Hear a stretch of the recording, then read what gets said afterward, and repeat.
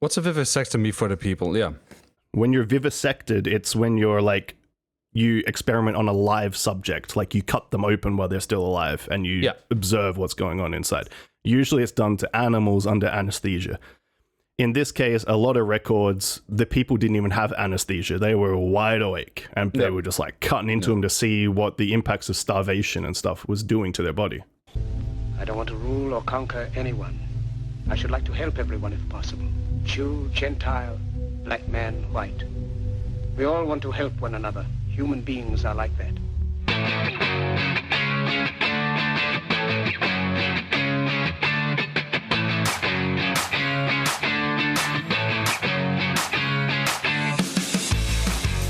Seems good enough to me.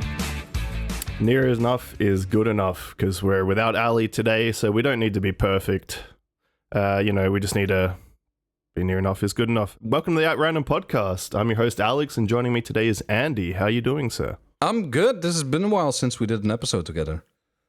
Yeah, that's true. We haven't done the two of us for a while. Ali's out with Ali and I had COVID last week, which is why we missed a week of release because we couldn't record last week. And I don't know, today she's had a bit of I wouldn't say a relapse, but she's feeling a little bit off again. She's been good for about a week, so it could just be completely unrelated. So it's good. I think the last time we recorded together, I actually ended up sucking off a dragon. As odd as that may seem to people who just joined our our fucking shit, and but this is good to things the vibe happen of things happen here, right?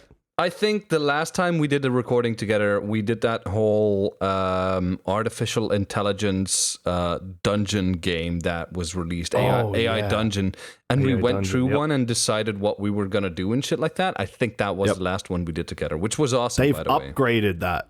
Apparently it's even way better now. Is apparently. It? Oh, fuck, I got to re-download that. But, I need to try it again someday. Yeah, it was awesome. I fucked so many zombies on that game. You couldn't believe. The zombie everything dicks, in there is sexual. The zombie dicks that I have swallowed in my life, you would not believe. The AI knows what humans want. Yeah. That way, just fuck it. If it moves, I do know that at one point, which I thought was so fucking shitty, that made me sort of like doubt humanity again for a little bit. But they had to close down a certain part of that game because people were age playing with the AI, and so they made like characters younger than they were, and basically pedophilia happened on that game. And role playing pedophilia. Yeah, it's like, what the fuck are you guys doing? You get to get your dick sucked by a fucking fire breathing dragon if you want to, and you still choose pedophilia? Like, there's a whole different fantasy world. Look, maybe they were role playing Prince Andrew. All right. Yeah. Fucking, I'm going to be like taken out by MI6. One guy. Well, you know what? At least they're not the church that had 20,000 cases now. Wasn't that more? That was in Paris, right? Yeah. That, 250,000. I think it was 250,000. I don't know. I think we've mentioned this number now 3 times. So just, I don't know. A lot. All right. So what do you got planned for us today? Well, today is a dark one, so that was a good thing to bring up. We're doing Unit 731. Oh God, you did not. Oh fuck, I am not prepared for this, dude. Yeah, I thought, you know what? Start of 2022. Fuck it, we're going in with the We're doing some fucked up shit. The fucking most inhumane fucking bullshit that ever happened in mankind. Absurd. Yeah. It is. Yeah. ridiculous. Well, for the people that don't know what Unit 731 was, it? Yeah.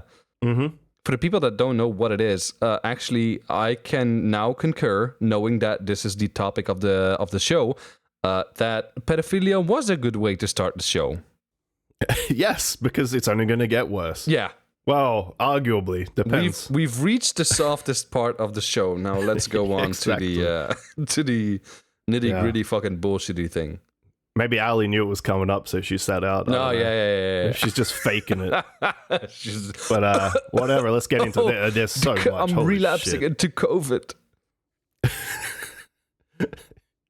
She's got COVID 22. Yeah. She's just made a new one up. But all right, let's do it. Let's get started.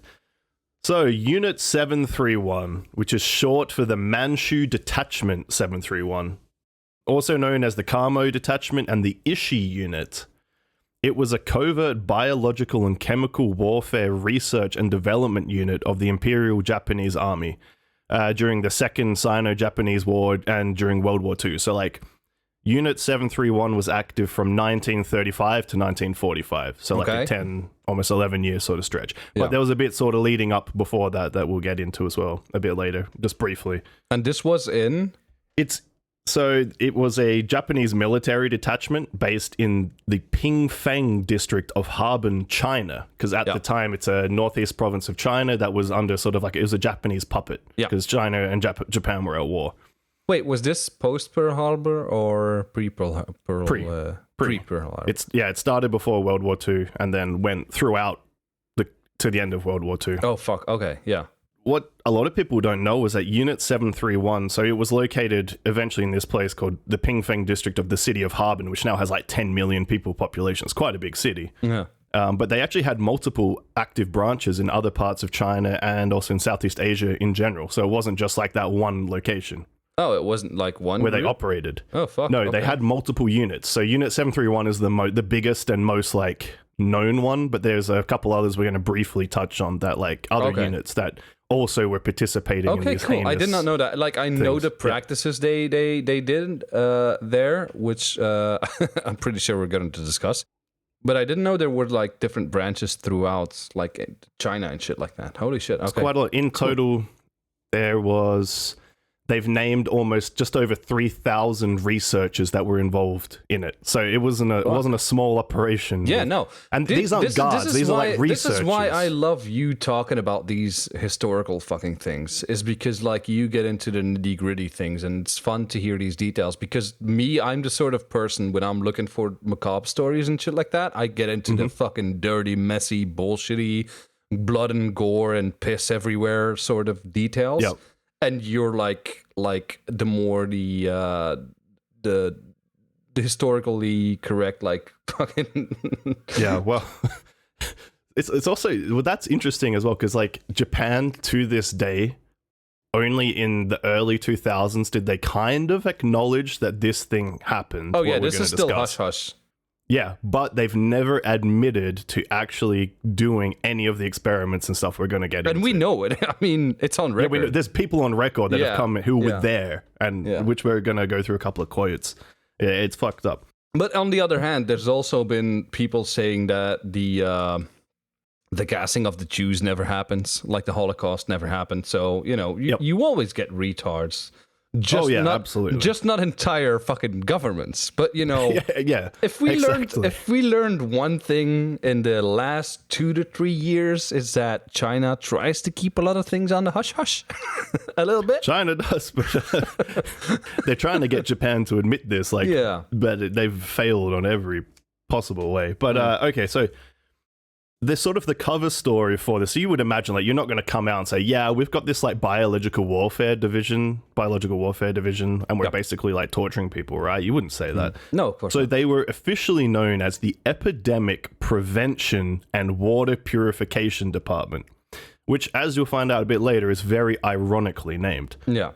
And they were a detachment in the Kwantung Army, which was, like, a sort of ultra right-wing, like, fascist part of the Japanese military at the time. Like they were like the super like the good Nazi type. Oh, okay. No. They were like the I'm just equivalent of the Japanese Nazis, I guess you could call them. They were actually created originally as well, like Unit 731, by the military police. Like the whole sort of thing was a decree from the Emperor of Japan at the time. Oh, fuck. Who like went, yep, go ahead, like make this biological warfare. Do you think that had a reason why they started there and not higher up? Because it seems to me like the further you go up, the more hush hush you can keep shit.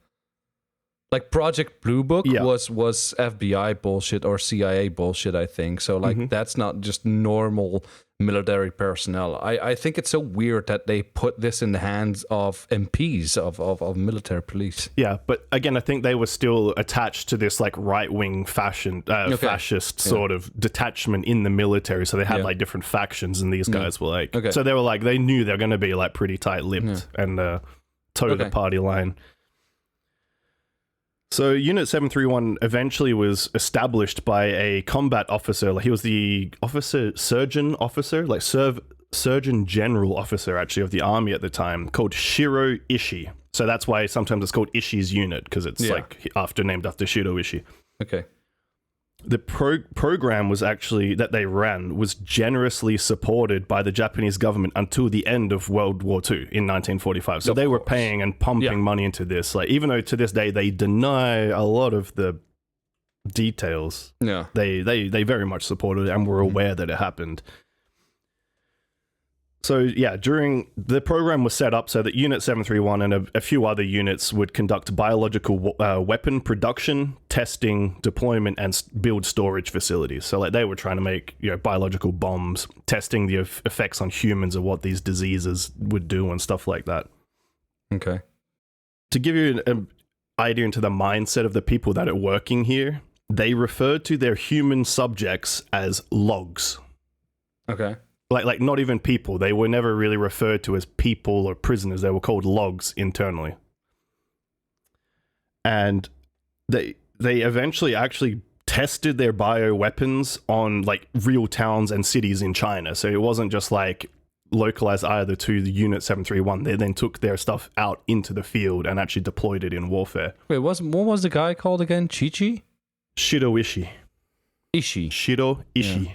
Yeah. So these were basically Ishii's logs. Yeah. Ishii had a whole bunch of logs. Yeah. He did.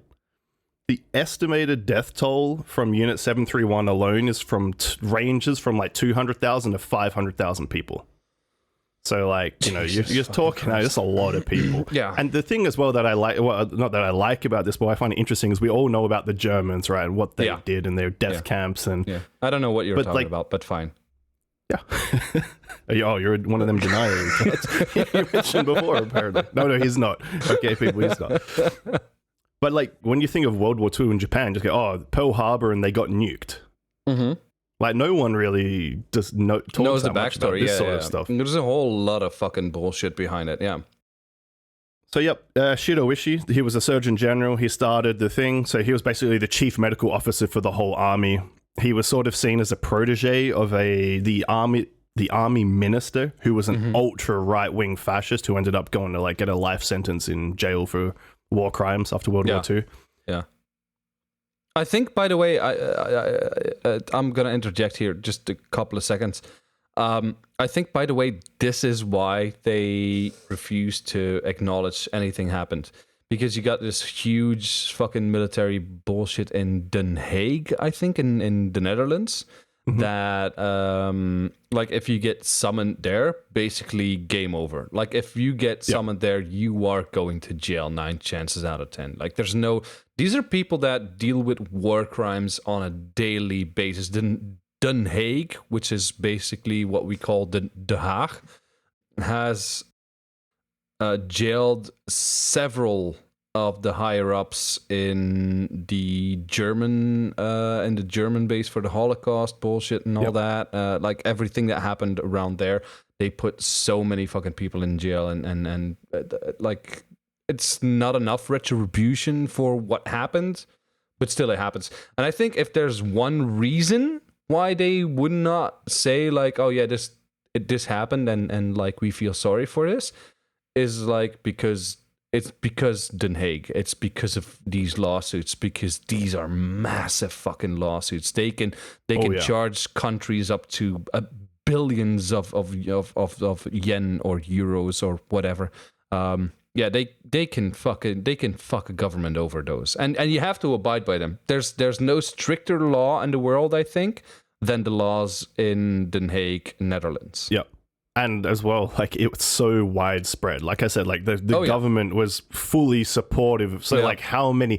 They had 3,000 researchers and, like, doctors there. So, how many guards were there? How many politicians knew about this? They had other units, like, around China and the rest of Asia. They had the Tokyo University Medical School was doing shady shit as well alongside as, like... So that as well, like the second they admit that, all of a sudden, all these like war heroes are going to be like tainted, right? Yeah. And Japan's very like honor bound still to this day, and very like things like that. So I think that every is part of country it as has well. that. Americans have that as well. It's like they invite people back, and like I do feel for these people because they have to go through a war, and it's so heroic to stand up for your country and shit like that. But they invite these people back as human, like as heroes, while sometimes you're in a very shitty situation doing what you have to do or what you've been told, which in a lot of the cases with military is a very big problem to my eyes, because it's people killing people, and people killing people isn't always a pretty sight like we see in the movies. I think if you genuinely think about what happens in wars and during war times, it gets so fucked up. Oh, yes, we've seen it time and time again. I think it's always double-sided when somebody's proclaimed a hero from wars and like Purple Hearts and he saved 5 people. Yeah, but to save 5 people, he had to kill like 25. So like, it was a shitty situation, but you took away the husbands of 25 fucking families. You saved 5 of your people by killing 20 of their people. You were on the right side of that battle, So I don't know. I've always felt, I'm not going to say indifferent because it's not indifferent. I feel for these people. I've always felt very double-sided about war heroes. My grandfather basically was thrown into a concentration camp because he refused to kill a German guy. And the German guy refused to kill him. And he said, well, we got to do something. You got to come with me. And he was on German ground. And he ended up being taken into a concentration camp. Which, like, I know was very traumatic because my grandfather never talked about war ever. Like, it wasn't like it must have been something massive for him. But yeah, I would say that even though in some people's eyes he was a coward for not shooting that person or that German, I'd say saying no to a bullet in the face and taking one to save another person's life would be seen as more heroic in my eyes. In my eyes, this is my personal view. I don't want to, Well, and he survived the war, right? And then went back to Belgium and lived the rest of his days. So, I mean, that could have gone so many ways. Like that was one trigger away from being a completely different story. Yeah, but ultimately he went back to a normal life, maybe. Not a murderer, because he chose not to kill somebody. Yeah. So, like, in that way, of course, he's scarred from it. I know he did kill people, but I think from what I heard from his stories, it just got to a point where he couldn't anymore. Because he told me this one story, which I found so fucking deeply touching, is that when he touched grounds, like he got in with a boat, like one of those charging boats, and he got into the what do you call them? Like, we call them loopgraven, which is basically like the tunnels. They dig deep tunnels. Yeah, the trenches and stuff. The trenches. That's it. So he got into these German trenches, or these German dug trenches, and he pushed forward, and all of a sudden he came across a German guy. And this was his very first fucking kill. The German guy saw him first, pulled his trigger, and must have been sand or water or whatever. His gun didn't go off. And my grandfather told me that he pointed his gun towards him, and he doubted for a few fucking seconds because he saw a human being. He saw what he was actually fighting. He had no idea before that because all they shot was targets and shit like that. And so he saw this guy, and dutifully he pulled the trigger, and he said to me that was a moment in his life that turned around. So the fact that he didn't shoot that one guy is probably like after shooting 5, 6, 10, whatever. And he then finally decided, like, I am not killing anymore. If somebody wants to kill me, then fucking do it. And he was lucky enough to stand before that guy that felt the same way, I guess, or had a different reasoning going on in his head to not pull that trigger, which, like, to me, felt like my grandfather was always very shameful about the war, but, like, I don't know. Honor to him. No, I think that's great because that's also like that's that action he took, or inaction, I guess, to not shoot someone, like is the polar opposite of like what we're about to dive into here, where there was like sadistic ongoings that people almost did for pleasure, like by choice. And that's the thing. That's the thing I wanted to convey to people that listen to this show is like we have this idea from watching movies like 1917 or like 1911. What was that movie? Yeah, 1917. It was, yeah. It's like we watch these movies and we have this very frugal idea about everything that goes on in wars. Whatever you think is going on in wars, it's probably 50 times worse. It's literally, I want you to sit down and think about having your pets that you love so much, seeing them lie dead on the street and people feeding on them because they're so fucking hungry. That's what war is. Yep. So to get that concept and now... After you understand that it's 50 times worse, we're gonna get into the people that actually go even further than that. Oh yeah, they push the limits a little bit. I think I've said before, I believe there are some people out there that are like unfixable. They're genuinely just bad people. You can't fix them. Doesn't matter how much psychology or therapy. Yeah, 100%. Some of those people are right here in what happened in Unit 731. I mean, Jeffrey Dahmer was a fun guy, but still. Unfixable. Yeah, unfixable, exactly. So, onto the unfixable, though. So, Ishii, the Shido Ishii, so the founder, I guess, or the head of the Unit 731, he actually originally pitched the idea for a biological weapon program in 1930, so 5 years before they actually opened Unit 731, because he was doing a 2-year study trip around the world. And he came back to Japan sort of claiming that all the Western powers, like the US, UK, France, Germany, they were doing the same. So Japan had to like start looking to biological warfare. Because he was also really impressed with what the Germans did in World War I with like mustard gas. They fucking had it under, So that he was like, oh, okay, that's amazing. So the story actually begins with 731 at a place a year or two before called Shongma Fortress. My Mandarin is not brilliant, but I think it's called Shongma Fortress. So this is actually a couple years preceding Unit 731, where he kind of got started with some of these sadistic experiments we're about to get into. So it was actually 100 kilometers further south of the city of Harbin, where they ended up eventually setting up camp. The prisoners in this camp were actually really well fed. So they had like a normal diet of rice, wheat, meat, and fish, and sometimes they even gave them booze. Because... what they wanted was they wanted the prisoners to essentially be in a normal state of health when they go to experiment on them. They didn't want them already weakened or already like mentally unwell. Fuck. Yeah. So eventually what would happen, they would take the prisoners, and this is all hush-hush at this point. No one knows what's going on here, right? Like the Chinese government has no idea. It's very like under the radar. Any idea on how many people they had at this point? No, roughly? From what there was no survivors. I'll say that right now. So Unit 731, there is no known survivors. No one had got out of there alive. Okay. But no, I couldn't find anything on like how many people were there. This was quite a small one, the Zongma Fortress. So I don't know, maybe a few hundred, maybe a couple thousand. I'm not too sure. Okay. It wasn't like the size of like, Auschwitz or something like that. They didn't have, these tens of thousands or hundreds of thousands of people. Yeah.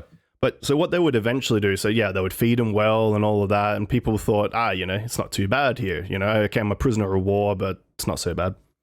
But then eventually they would start taking their food away and water away, and they would slowly start to starve them. Then they would begin draining their blood and depriving them of nutrients over a period of several days. So they would just keep slowly like taking blood out. Eventually, as they were deteriorating, they would so scientists would sit there and record what's happening, like a diary, a log of these logs, as they were affectionately named. And eventually, some of these people were even vivisected. What's a vivisectomy for the people? Yeah.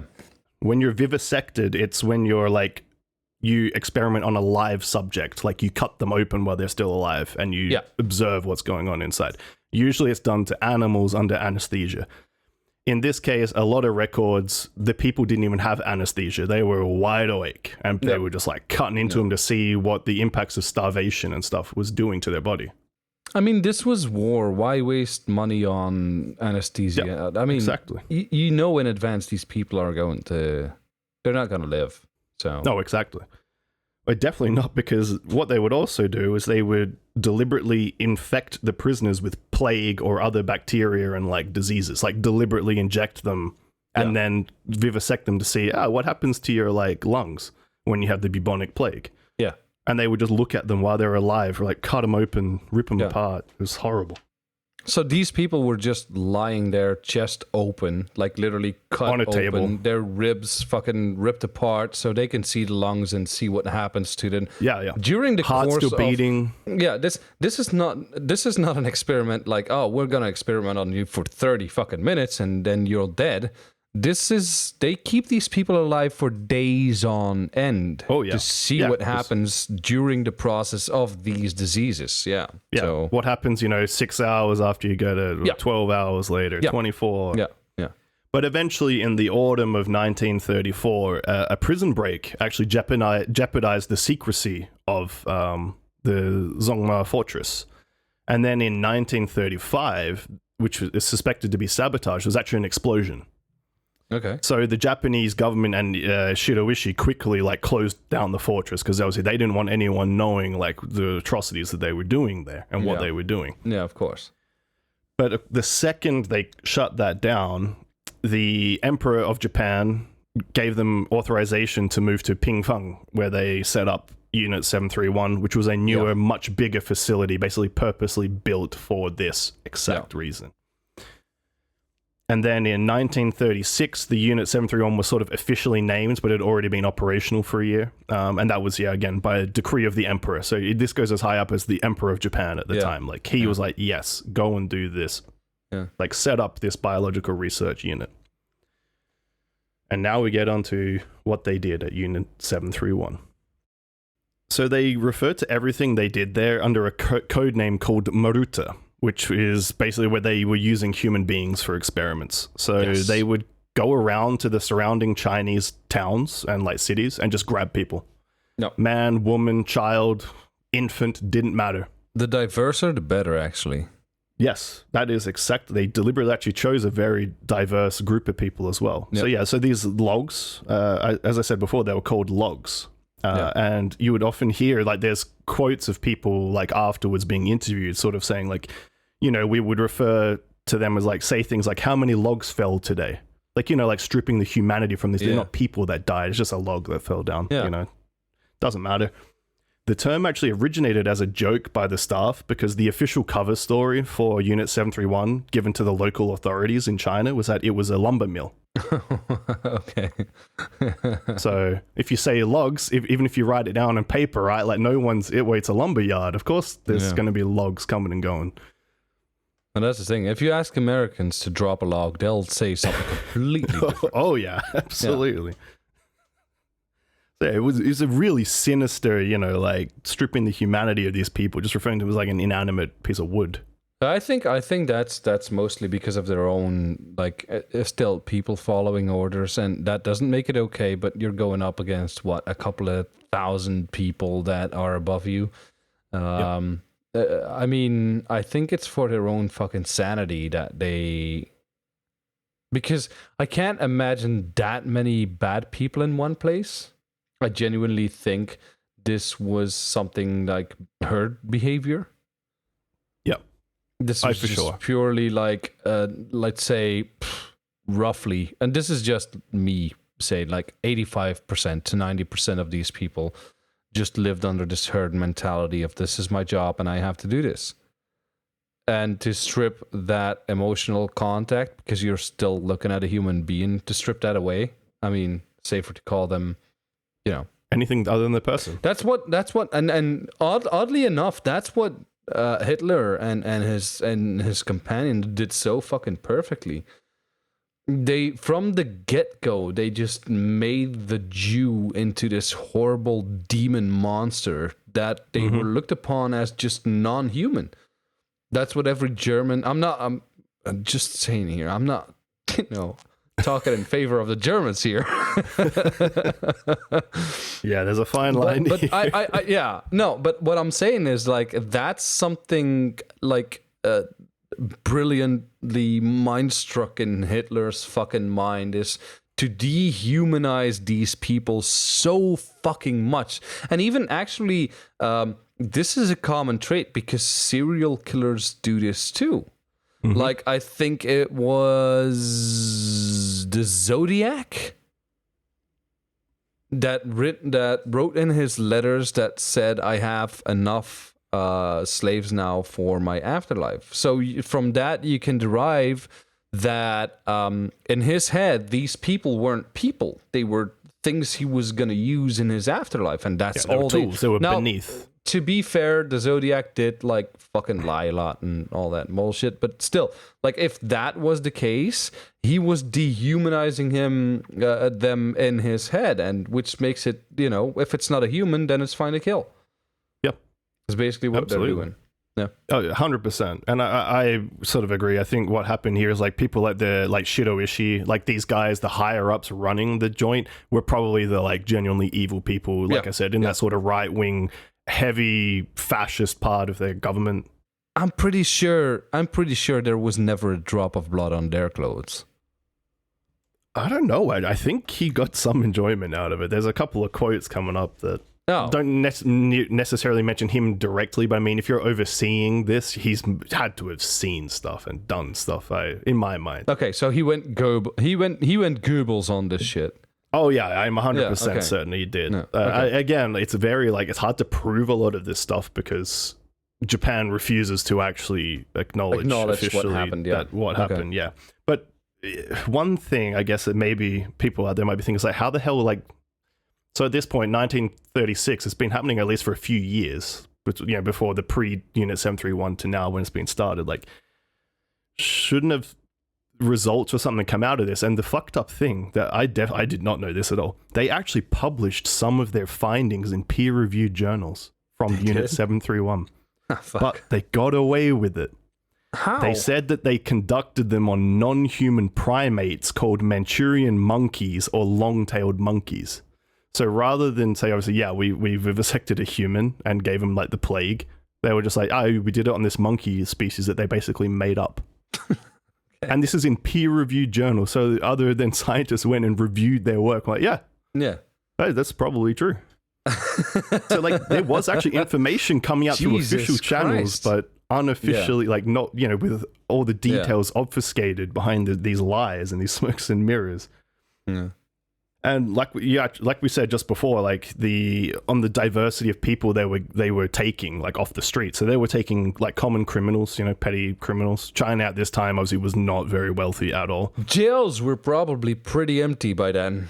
Yeah, exactly. So they'd go around to jails or whatever, or just take criminals off the street. They took bandits, like armed bandits, political prisoners, homeless people, mentally handicapped. Yeah, mentally handy. I was about to say like the handicap. This has been a stigma in Japan. I think it's Japan. It's either Japan or China. But this has been a stigma in Japan, is that disabled people are not like they're less than human, sort of. And actually, there's a guy that once set fire to a facility that had a whole bunch of disabled people in it. I want to do a show on that guy because like what he did was fucked up as well. Like he went in silently into the rooms and stabbed people and shit like that. Like a sort of boogeyman type situation. Fucked up stuff. Yeah. So I do believe that there must have been. Definitely, there were like disabled people and like mentally handicapped people as well. And they also took dissidents. So like people in the area, if they were speaking out about... So like I said, this is actually in China, but it was like a Japanese puppet state. So Japan sort of had their fingers in the state. Yeah. So if there were dissidents in their like anti-Japanese government, they would just take them. Like, see ya, you're coming with us. So yeah, basically they had all range of the human spectrum here. Something like, oh, you said a bad thing? No, we'll show you. We'll show you. Just come with us. Come to our camp. We'll fix you. We'll reform you. To the consecration comes to you. Oh, no, that's a different one. Yeah, exactly. So yeah, and actually the military police, so the people that were sort of charged with setting this up with Shido Ishii, like they were the people going around just nabbing people off the street. And they were very particular about getting a good mixture of people. It wasn't... Yeah. I'm sure there was some degree of randomness, but they also did try to keep certain mixes of people because they wanted people in different health states and things like that. There must have been so many mother-in-laws there. It's Like, I have the perfect person. My mother-in-law. She said she hates Japan. She hated the emperor. Like, what? And I think she's spilling the beans on this whole project. Yeah, Let's not get her in here. Yeah. One thing, actually, that they also were very keen to take were infants, elderly people, and pregnant women. God. If you were a pregnant woman around the time there, it was very dangerous for you to just be like out on the streets. It's kids, man. It's kids that always get me. Like, Yeah, it's fucked up. even under herd mentality. I mean, I've never been in that situation, but like, even under herd mentality, how can you go as far as like harming or like, I don't get it. I don't get the there must be some sort of instinct screaming at you, don't fucking do this. This is a kid. Yeah. Like a normal, like if it's, I mean, I'm not gonna dehumanize anybody, but like if it's like somebody you pick up from the street and he looks dirty and he looks like he spent his life in the fucking gutter and all that fucking bullshit, yeah, he's still human, and I get all that, but I get how you can quickly switch off and say, you know, to me this is a non-human. I don't get how you can do this with a child. I don't get how you can even a child in a horrible situation had no chance of living his life. I think it's similar to what you said, like what Hitler did to like vilify the Jews. Yeah, the Japanese were doing this with the Chinese, you know, because I mean they've been at war on and off for like what millennia at this point, like Japan and China. Oh, yeah, okay. Yeah. So they were very much like the Chinese are inferior. They are just not like Japan is number one. Chinese people are scum. And I think that was part of how they could mentally get through. No, I guess so. Yeah. Okay. But yeah, so at this time, there was approximately 300 researchers, including doctors and bacteriologists, like working actively at any point in time in the unit. So like, that's a lot of people. Like 300. That's like a huge research fucking facility. Yeah. Dude, if you get 10 people per doctor, that's like 3,000 people. Yeah. It's fucked. And it's probably more, but 10 people per doctor would probably be a rough estimate. Yep, 100%. And to show like how this flowed and impacted people back in Japan, there's a quote coming up from a guy called Nakagawa Yonezu, who's now currently a professor emeritus at Osaka University. But at the time, like during the war, he was a student at Kyoto University. And while he was there studying, he saw footage of experiments and executions from Unit 731. So they were showing students, like, video captures of what experiments and executions, like they were experimenting on how to kill people most painfully, or like... I don't know, but he has this quote that's, I think, sort of sums up the mentality of some people there. So he said, quote, "Some of the experiments had nothing to do with advancing the capability of germ warfare or of medicine. There is such a thing as professional curiosity. What would happen if we did such and such? What medical purpose was served by performing and studying beheadings? None at all. That was just playing around. Professional people too like to play." End quote. So he... Oh, God. Oh, fuck. The impression it gave of him is, it was just people just like, fuck it, like... It's what happens if I cut their head off? Curious about, like these highly educated, skilled surgeons that you would assume are like very empathetic because they work in the medical industry, right? Like that's sort of the impression you're supposed to have of a doctor. They should be like, you know, they're there to help people. They're there to, but no. Look, I think I fucked up. Talked on the podcast about my my job at a hospital. I know for a fact doctors don't give a shit. I've genuinely always said that a doctor is a hospital is a factory. It's nothing more, and we're just cattle coming in and out. Broken leg, fucking said it. Well, I mean, dude, I can't imagine what it's like. I hate dealing with customers in my job, but I don't have to put up with people where like their life is in my hands, and of course they're going to complain because there's a lot of highly charged motions going on. Yeah, no, I hate hospitals genuinely. They're not at all what they should be. But like no, but at the same time, I don't expect them to vivisect me or inject me with the bubonic plague. Yeah, true. Which was happening here. And then they're showing students how and what they did. And this guy's impression was just like, these were just people doing it because they could. Essentially was like his quote there. What they were also doing here is we've mentioned a couple of times now that they were giving people like the bubonic plague or cholera or syphilis and stuff by injecting them. What they were actually telling the prisoners was that it was vaccines. They're like, yeah, we're vaccinating you. And little did they know, these people, that they're getting like the bubonic plague. Is that what we're doing with the coronavirus? No, that we're injecting 5G. Are the Japanese giving us influenza? Shit. Fuck, we've cracked the conspiracy. God damn it. Where's Pfizer's main cabinet located? Is it in Japan? Who's the boss of Pfizer? I gotta do some research. I gotta go, guys. Is their last name Ishii? Yeah, I don't know. Really wait, hold on. Actually, the family business. Oh boy, we've cracked the code. No. We're good. He's Greek. He's a Greek guy. It's Greek. Albert Burla is his name. It's a Greek. All right, cool. So we're all good on that front. That's good to know. Yeah. God, right, got me worried there for a second. Jesus. They also did other things that, you could joke, hey, it might sound kind of fun, but they were actually having their male and female prisoners catch syphilis and gonorrhea to study the effects of untreated venereal diseases.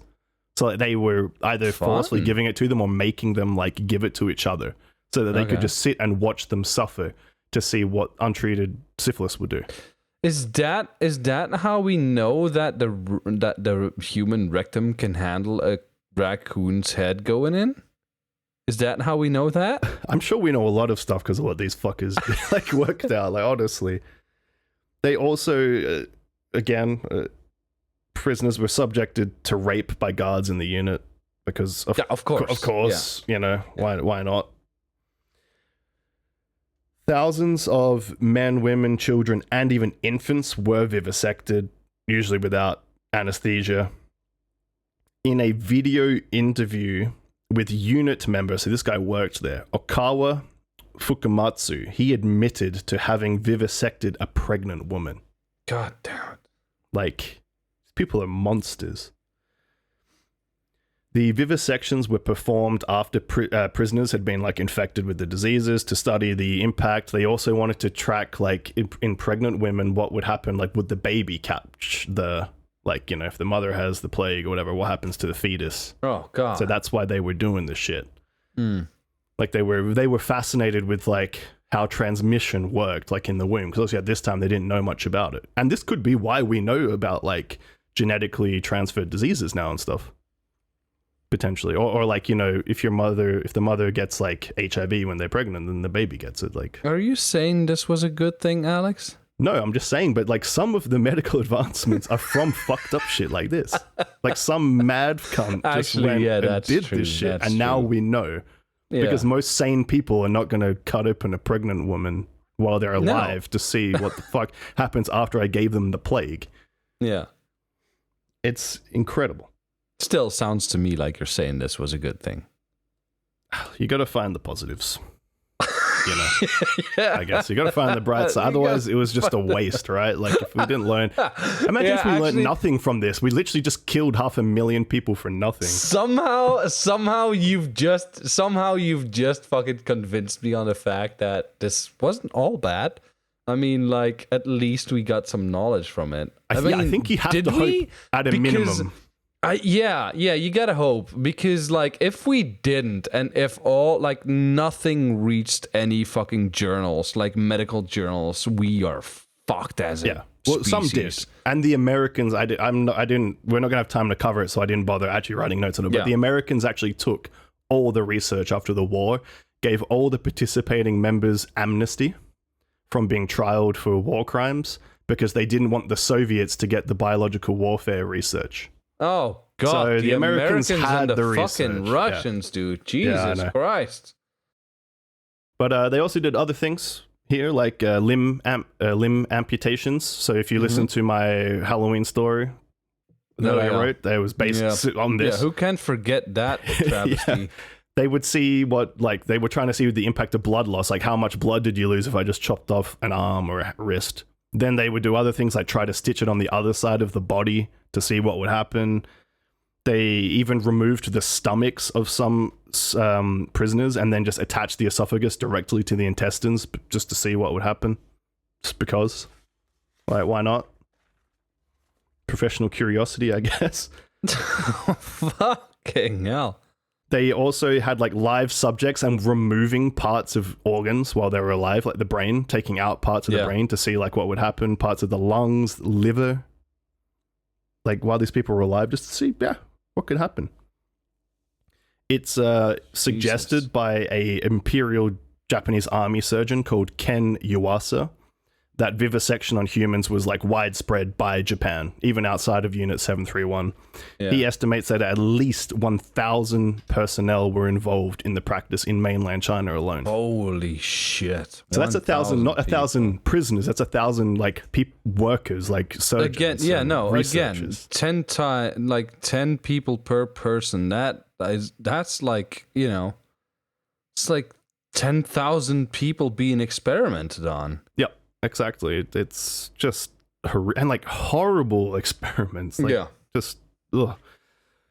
But okay, enough of the human one, I guess, or the like surgical. Now we're doing the biological research that they did. So I mentioned before there was a few different units, but there's sort of three main ones. So you have Unit 731, which is the primary chief war crime committer here, I guess. You also had Unit 1644 and Unit 100. So Unit 1644 was designing, like literally building bacteria to like create epidemics, like mass scale epidemics. Yeah. And the Unit 100 was actually responsible for animal biological warfare. Because back in World War II, horses and like animals were still used a lot for transport. So Japan's thinking was like, how could we make bacteria that kills like horses and stuff to like cripple armies from moving? It's like these guys were like thinking not just on the human level, but also, well, what could they do to the support animals and things like that? And the sort of fruits of their labor were they infected fleas with the plague, and the fleas were bred in Unit 731, and then Unit 1644. Oh, dude, that's scary. I'm sorry. Now, I was just checking how close Wuhan was to the Japanese border, and I just typed in Wuhan map, and I got this internet like security program running that sort of hides my location, and it just like a little screen popped up saying your internet provider might be watching. It's like, okay, well, shit. Well, now enough with Wuhan. You know, I'm not gonna research anymore. Exactly. On a list. Yeah. Yeah. So probably on several, by the way. Yeah, that's true. Especially after recording this. But yeah, so Unit 731 infected fleas with the plague, and then Unit 1644 made bombs, flea bombs, literal bombs with fleas in them. Then they took planes and flew low over cities and towns in China and just dropped these plague bombs on them. On the city of Ningbo and Chengde in particular, in the Hunan province, which is, again, up sort of northeastern China. This was in 1940 and 1941. It was estimated that they killed tens of thousands of people during a bubonic plague epidemic that was a direct result of these bombs, like flea bombs. Like, it sounds like some shit out of a cartoon. Like, put a flea in a bomb. Yeah. But they did it, and they killed tens of thousands of people. Dude, I mean, if it helps the process, you know, why not? Just fucking go it. Yes. America had the halitosis bomb, or like the gay bomb. Yeah, it's like two non-lethal psychochemical weapons that United States Air Force Research Laboratory, like they speculated about producing and shit like that. Yep. Now it's basically theorized that these were like these bombs were discharging sexual pheromones into the air that made the enemy forces attracted to each other, and so they wouldn't fight because they were fucking each other. That's basically what it was. Sounds like a bad intro to a porno. Nah, it sounds like the sort of bomb I got hit with when I was younger. Maybe you did. But aside from bombs, an expedition in the city of Nanjing involved spreading typhoid and paratyphoid into wells, marshes, and houses of cities in China. The fuck is typhoid? It's like some crippling fucking fever sort of thing that. Oh, typhus! Deadly. It's when you start throwing up your own fucking shit. So something like that. Yeah. I mean, I'm not a doctor, but I know it's incredibly horrible. Do you know in Holland they still use this as a curse word? They say "krijg de tyfus," which is actually translated to "get the typhus." Well, if you were in China in 1940, 1941, you got it probably. So, what they did, they took bacteria and they put it in the water supply, but they didn't stop there. They also infused snacks, like food. Like I said, at this time, China was very poor. A lot of starving people, right? Yeah. So they infected food with typhoid and paratyphoid and gave it to people. They actually airdropped supplies of like blankets, food, and candy to like poor areas in China that were just riddled with typhoid and killed them. I mean, smart on some level. It's horrible, but like still smart. Yeah. And researchers were actually overjoyed because it created a paratyphoid epidemic. And they were like, and then they realized that all of their work had proven that paratyphoid was like the most contagious of the bacteria that they had been building, like, genetically sort of building in their lab. So they were like over the moon that it worked, which is just like fucking mind boggling. Jesus. So in total, there was 12 of these large-scale field trials of biological weapons in China, perpetrated by the Japanese, and at least 11 of them were on Chinese cities, like reasonably big cities, millions of people. Okay. Yeah, which is how they killed up to about 500,000 people in total. But what they also did is they killed some of their own troops while deploying some of this, because I guess as you can imagine, if you're just a soldier and they just give you some thing and you're not like properly equipped. Yeah, this is not 2021. This is like they didn't have proper equipment. Like, so 1,700 deaths on an attack in the city of Chengde. 1,700 Japanese troops actually died because they just didn't have. They were ill-equipped to deal with this biological weapons. I mean, they killed 10,000 civilians, but they also killed 1,700 of themselves. Most of them died from cholera, so they're trying to do a cholera outbreak. It's like these guys, they're trying to give them the plague, cholera, and typhoid. Yeah. Like, fucking relentless. Man.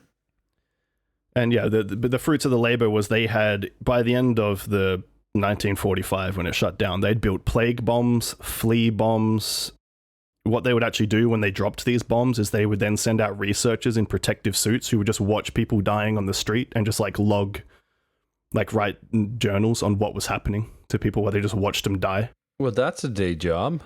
Jesus. Yeah. They just sent him out there to watch people die. The food and the clothing that they dropped on the poor people that was infected with, it's actually infected with cholera and anthrax, ended up killing an estimated 400,000 people from the epidemics that broke out from those. Jesus Christ. Yeah, it was ridiculous. Eventually, this has now been going on for, by this point, this is 1941, November 1941. So they've been doing this for about 7 to 8 years. Eventually, people started hearing accounts of like numerous biological warfare attacks in China.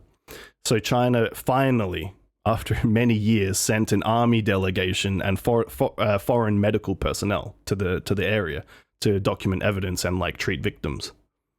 So it even took the Chinese government several years to action, like reports that they were hearing. But the worst part of this is that the result of this, so this was in November 1941 when China went out and sort of surveyed the area and started collecting their evidence. They made a report widely internationally available in 1942 that detailed the attacks in the city of Chengde. But the Allies did not address the incident until Roosevelt issued a public warning a year later in 1943. Jesus Christ. The Allies just didn't give a shit, basically. All right. I did a little research just now, and back in 1930, around when this was happening, there were approximately 474,800,000 people in China. To put that in perspective, right now, China has 1.4 1.02 billion people living in it. Grown like 3 times almost since then. Yeah. No, it's times 3. So there were 3 times less people living in China back then. So 10,000 people out of that, like being cut out of that situation, is actually a pretty fucking big impact on like what's happening in China. It's not a small feat. It's exactly. A huge thing. If it was done today the same way, it probably would. Like, you wouldn't be talking in tens of thousands or hundreds of thousands. You'd probably be talking about millions of people absolutely. Being infected and shit like that. It's, Just to put it in little, like, numbers perspective that people understand what's going on here. Just mind-boggling and, like, causing literal epidemic. Like, we're going through epidemic now with COVID. It's like they deliberately just went out and like, here, have the plague. Fuck you. Oh, yeah. No, they didn't. They did it. And they didn't use bats this time. No, they didn't use bats. They used flea bombs. Whatever. But all right, we're getting just near the end. We got a few minutes left. Okay, cool. But they didn't just do biological, right? So now we're getting to a quick sort of run sheet of just some other things they thought they'll do while they had prisoners there. That for the most part, people didn't even know what was happening there. So what they also did was they used human targets to test grenades at various distances and positions. They just tie them up and put a grenade and pull the pin, see what happens. Yeah. They also tested flamethrowers on their prisoners. Mm-hmm.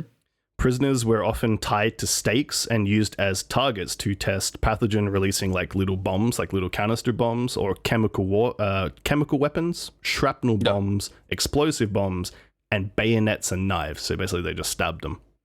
Because why not, I guess. See the effect of what?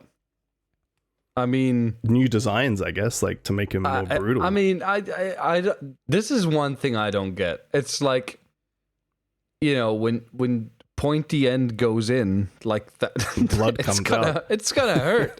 You cannot not make. I've heard that actually a gunshot is preferable to a knife wound. Because, like, the knife, you feel it lodged in there, because 9 chances out of 10, they don't take the knife out. The knife stays in there because you jerk away or whatever. And basically it stops bleeding.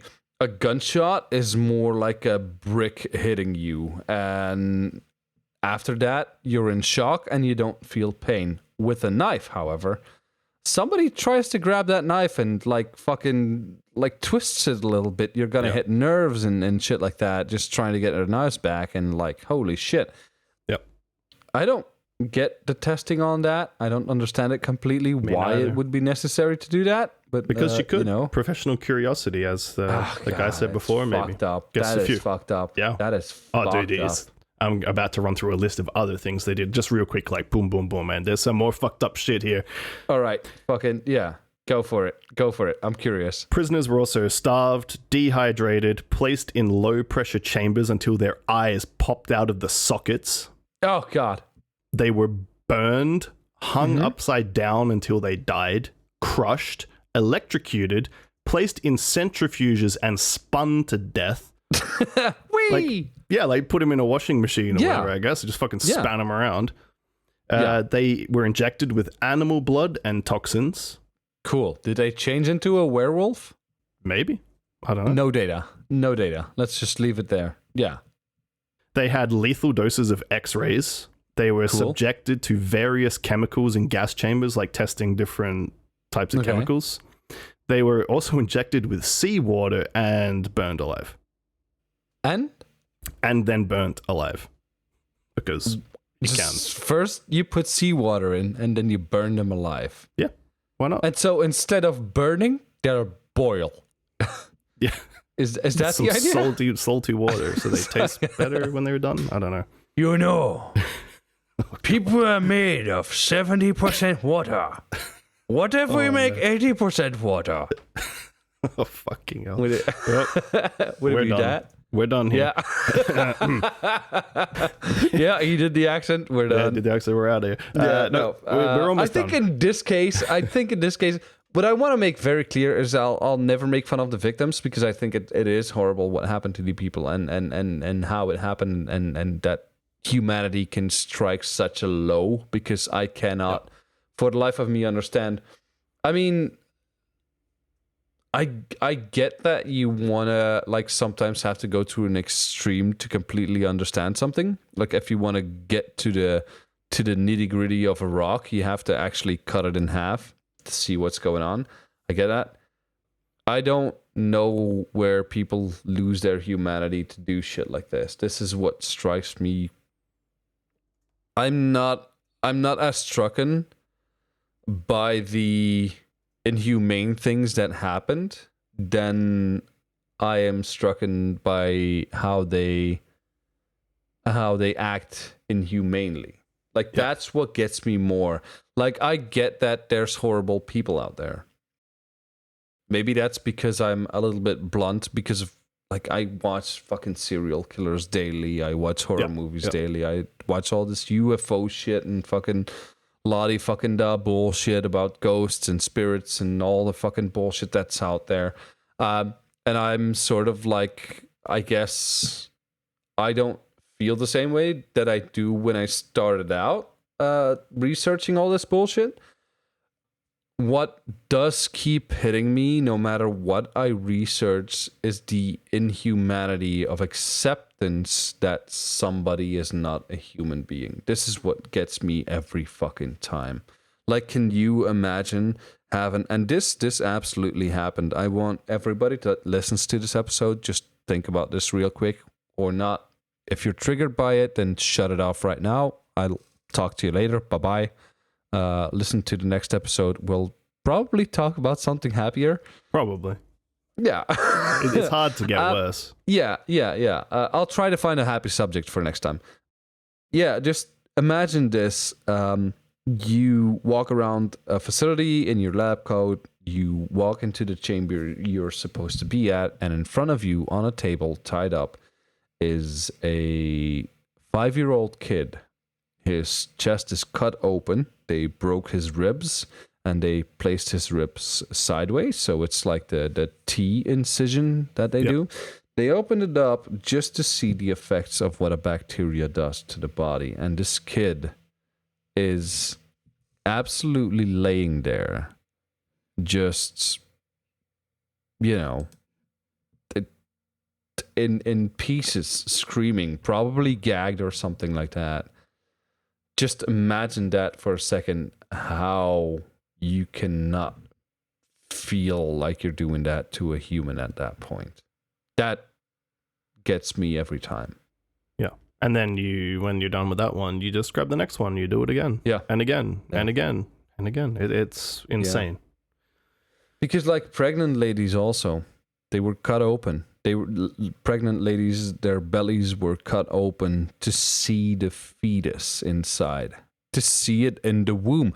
Like, these women were creating life, and they were cut open, and they were watched. The progress of your infant being born was watched, and they didn't give a shit if you were in pain or not. You were tied up enough that it didn't matter. You couldn't move. You were trapped in your own head. You were nothing more than a subject that was late. Like, how do you get to that point where you are okay with that? That is one thing I will never understand, especially as a father. Yep. If somebody would do that to my child, I promise you, the world would burn. If somebody ever goes to that lengths with my kid, the world will burn. You will never have a villain story as intense as mine. If ever something, God fucking save me, man, I would kill everybody that is in my path. Yep. Like, I cannot imagine that. And fuck. Oh God, look, like, even from the perspective of a father, like, imagine your kid being taken by from the street, and you know that it's been taken by these guys and you can't do anything. You're powerless. And you know what they're going to do. They're going to cut it open. They're going to cut it open. They're going to leave it on a table open for fucking days on end. And there's absolutely nothing you can do. I swear to God, I would rather see my child burn to a crisp by my hands because I've lit up this fucking facility and try to get in than I would ever allow that to happen. Like, it's... Yeah, Unit 371. It's the most despicable... I would urge people, if you don't yet have an understanding of how horrible the human mind can be, Unit 371 is... 731. 731, yeah. Unit 731 is probably a very bad place to start, but if you're used to something, just look that up, man. It's absolutely and fucking there's horrible. a lot more. Like, we're done for the most part now. Oh yeah. I feel more. like from what I know from this company, I feel like we touched the softer sides of what these guys did. Yeah. I mean, it's definitely a look into. It's fucked up. In my opinion, I would not have done this for a one-part show. I thought about doing it too, but then I was like, we can. Yeah, it's fucking, it's terrible. It's terrible. It's more just to bring some light to it, because the thing that boggles my mind is just, like I said, like, this, they haven't even really admitted that this happened. The West didn't give a shit for like 2 years after they originally sort of started hearing about it. No one said anything until after the Pearl Harbor attacks anyway, where the US had an interest to condemn Japan. And then the US bought all the research, gave all of these people that committed these crimes amnesty. Like, it's just absurd. Like, at least like the Holocaust and stuff, like everyone with a brain knows about it and knows how horrible it was. And like the Germans to this day still have that stigma, whereas Japan, you just think about Pearl Harbor and they got nuked. Oh, dude, I swear to God, if you go to Germany and you think you're going to be funny because you raise your hand and say Sieg Heil or whatever, you end up in jail. You're going to jail. Yep. Like, they are in agreement, like, fuck, the shit happened. But it's not like they're fucking proud of it. They are deeply ashamed of this, and no matter who you are, you're going to fucking jail if you talk about this. I mean, I think that is a very, a much better way to talk about shit like that. Like, the way that Germany does it. They show people like Auschwitz is real. Mm-hmm. They don't close it off. They don't hide it. They show like, no. It's you can still go there and like see what happened and shit like that. And you have to be fucking respectful when you go there. Like, this is not your field trip with your class. I think that's a lot better way to go about it than what the Japanese are doing. Or for example, let's say the Belgians. I think the Belgian people actually have a lot coming to them, like the Belgian government, for what happened in Africa. And if you don't know what I'm talking about, people, please look up history, with Belgian people in Africa. Horrible. It wasn't fucking pretty. I'm not proud of Belgium's history. I'm proud of our beer, and I'm proud of what we are today because we allowed a lot of people out from different cultures. We allowed them in. But what happened is absolutely fucking terrible. And I think owning up to that is a great way of starting to heal. And I think Japan absolutely needs to let the people that were involved, they need to throw them in front of the train.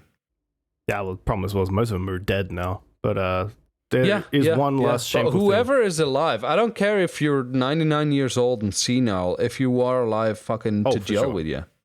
Give people their retribution. Even as simple. So the Chinese government a few years ago, so like I said, I think it was Tokyo University, they were linked in a way where they were actually burying from people they were experimenting on there, on the grounds, on the campus.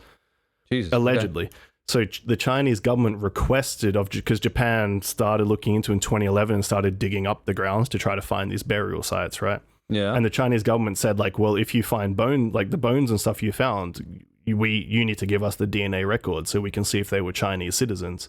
and Japanese government refuses to give them that information. Oh, fuck that. You know, see, this is not going to get... This is so fucking horrible. It's horrible. So, yeah. But on one final note, of all the 3,067-ish alleged people involved in this, only 12 were convicted of war crimes by the Russians. So the West have done nothing to convict these people, other than protect them. Yeah. The Russians did trial 12 of the senior ministers, and most of them got like 18 to 25 years in a labor camp in the Soviet Union. Yeah. That was about all that happened to these people. A labor camp in the Soviet Union. Somehow that doesn't seem too fun to me.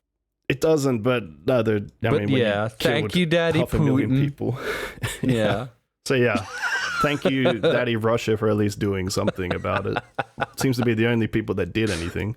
Yeah. That's it. Like I said, if you want to dive in, there's way more stuff you can read about. Oh yeah. And all the conspiracies and other things they looked into. But yeah, that's... Well, you know, and on that note, I won. Nah, I'm good. Yeah. I was gonna say something. Next week we promise it'll be more lighter. Yeah, I'll try. Next week is my episode. I'll try to find some weird, quirky, fucking bullshitty episode thing. That'll probably be more fun. Or we could talk about Ed Kemper. I mean, it's also fun. Nah, let's not do that after this week. I think we're good for this month, actually, as far as murder goes. Yeah, I think we'll keep. We hit our quota once a month. We don't want to. I don't want to be a murder podcast either, but I would say this is more just like history. It's not really like a serial killer. I don't want to be one of those. There's too many serial killer podcasts out there. I don't know. I think like the human psyche, like. This is what attracted me to the whole 731 fucking bullshit, is the human psyche about it. It's like the acceptance that these people aren't people.